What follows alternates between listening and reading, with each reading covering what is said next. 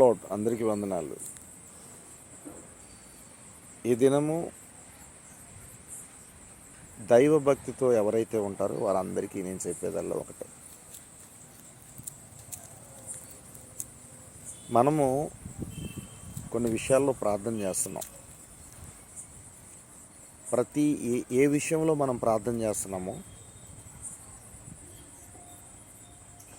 ఆ విషయము, ఆ కార్యము దేవుడు చేశాడు, పొందుకున్నాము అనే నమ్మకం మనకుంటే ఖచ్చితంగా అద్భుతమైన కార్యాలు జరిపిస్తాడు మన పట్ల దేవుడు. ఎందుకంటే ఈరోజు మా కుటుంబ ప్రార్థనలో అపోస్తులు 12వ అధ్యాయం ద్వారా దేవుడు మాట్లాడాడు. దేవుడు చిత్తమైతే ఆ వీడియో రెఫరెన్స్ చదువుతూ మీకు వీడియో చేస్తాను. ఇప్పుడు నేను ఏం చెప్తున్నాను అంటే, మీకు చాలామంది ప్రార్థన చేసుకొని మరలా బయటకు వచ్చి అది మర్చిపోయి మరలా మనుషుల మీద ఆధారపడి బ్రతుకుతూ ఉంటారు.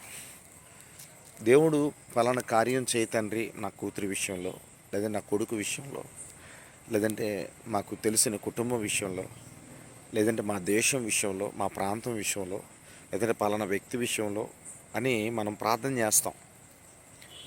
కానీ చాలామంది ఆసక్తి కోల్పోతారు. ఎలాగంటే ప్రార్థన చేసి పొందుకున్నవి జరుగుతుందని నమ్మటం లేదు. మీకు ఇంకో విషయం తెలుసా? సామెతల్లో ఒక మాట ఉంటుంది. సామెతల్లో 28:20లో నమ్మకమైన వారికి దీవెనలు మెండుగా కలుగుతాయని. నువ్వు నమ్మితే దీవెనలు వస్తాయి. నువ్వు నమ్మితే నువ్వు చేసిన ప్రార్థన కార్యం జరుగుతుంది. ఇది వాస్తవం. ఆ ప్రార్థన ఎలా చేయాలి అంటే, నేనంటాను అంశము టైటిల్ ఏం పెడుతున్నానంటే, అత్యాసక్తితో ప్రార్థన చేయాలి. అత్యాసక్తితో మనం ఎప్పుడైతే ప్రార్థన చేస్తున్నామో ఖచ్చితంగా కార్యం జరుగుతుంది. పేతురు 12వ అధ్యాయంలో 5వ వచనంలో ఉంటుంది. పేతురు చెరసాలకు వెళ్ళాడని సంఘం అంతా అత్యాసక్తితో ప్రార్థన చేస్తుంది. వెంటనే దేవదూత, అంటే దేవాది దేవుడు విని దేవదూతను పంపించి పేతురుని బయటికి తీసుకొస్తుంది. ఆ విషయము మరలా అదే పేతురుని ఎక్కడైతే ప్రార్థన చేస్తున్నారో అక్కడికి పంపిస్తాడు దేవుడు. కానీ అక్కడ ప్రార్థన చేసిన వారు నమ్మరు. అక్కడ ఒక చిన్నది నమ్ముతుంది. ఈరోజు చిన్నది అనే మాట ఏంటంటే, చిన్నపిల్లలది పరలోక రాజ్యం అనే మాట మనం బైబిల్ గ్రంథంలో చదువుతాం. చిన్నపిల్లల్లో ఒక సంతోషం ఉంటుంది. ఆ సంతోషమే ఒక కార్యం. అది మాత్రం మర్చిపోవద్దు. ఈరోజు ఈ వీడియో చూస్తున్న ప్రతి ఒక్కరు కూడా అత్యాసక్తితో మీరు ప్రార్థన చేస్తే మీరు అనుకున్నవన్నీ జరుగుతాయి. అది మంచివి మాత్రమే. దేవునికి అనుకూలంగా ఉండాలి. మీ విషయంలో మంచివి, గొంతమ్మ కోరికలు కాదు. నీ పట్ల ఏం కావాలి, దేవుడు ఏమి ఇవ్వగలడు అన్నది అత్యాసక్తితో నువ్వు ప్రార్థన చేస్తే. ఒక మనిషికి బాగాలేదు, హాస్పిటల్లో ఉన్నాడు, ప్రార్థన చేయండి, ఖచ్చితంగా దేవుడు కార్యం చేస్తాడు. లేదా ఒక మనిషికి ఉద్యోగం విషయంలో వెళ్తున్నాడు, దేవుణ్ణి అడగండి, ఖచ్చితంగా కార్యం చేస్తాడు.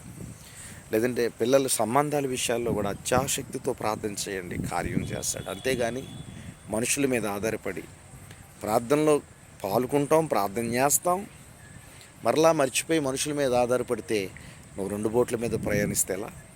ఒక విషయం తెలుసా మీకు? ఒక ఆవిడే ప్రార్థన చేసిందంట. అంటే మబ్బంతా వేసిందంట, వర్షం పడిపోద్దని తెలుసుకొని నేను మీటింగ్కి వెళ్ళాలి అని దేవునికి ప్రార్థిస్తుందంట. ప్రభా, ఇదిగో జల్లులాగా వచ్చేస్తుంది, వర్షం పడిపోతుంది, మరి నేను మీటింగ్కి వెళ్ళి రావాలంటే ఆటంకం కదా. యేసు నామములో ఆ వర్షము పక్క గ్రామానికి వెళ్ళిపోవాలో, లేదంటే యేసు నామంలో ఆ యొక్క వర్షం ఆగిపోవాలని ప్రార్థన చేసిందంట. ప్రార్థన చేసినప్పుడు దేవుడు కార్యం చేశాడంట. వర్షం ఆగిపోయిందంట.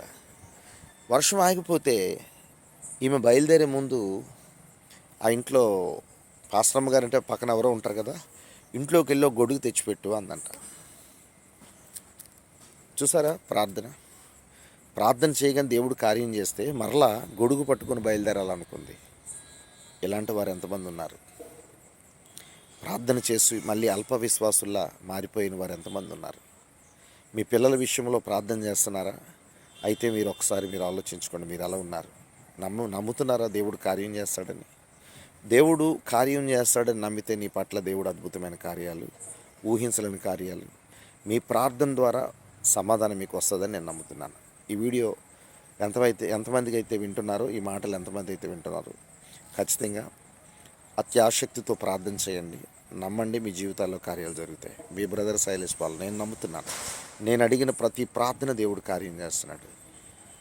ఒకరు ఇద్దరు ముగ్గురు కూడుకొని ఎక్కడైతే ప్రార్థిస్తున్నారో ఖచ్చితంగా దేవుడు కార్యం చేస్తాడని నమ్ముతున్నాను. అలాగే రహస్యమైన ప్రార్థనకు కూడా మత్తయి 6:6 ప్రకారం ఖచ్చితంగా ప్రతిఫలం దొరుకుతుంది.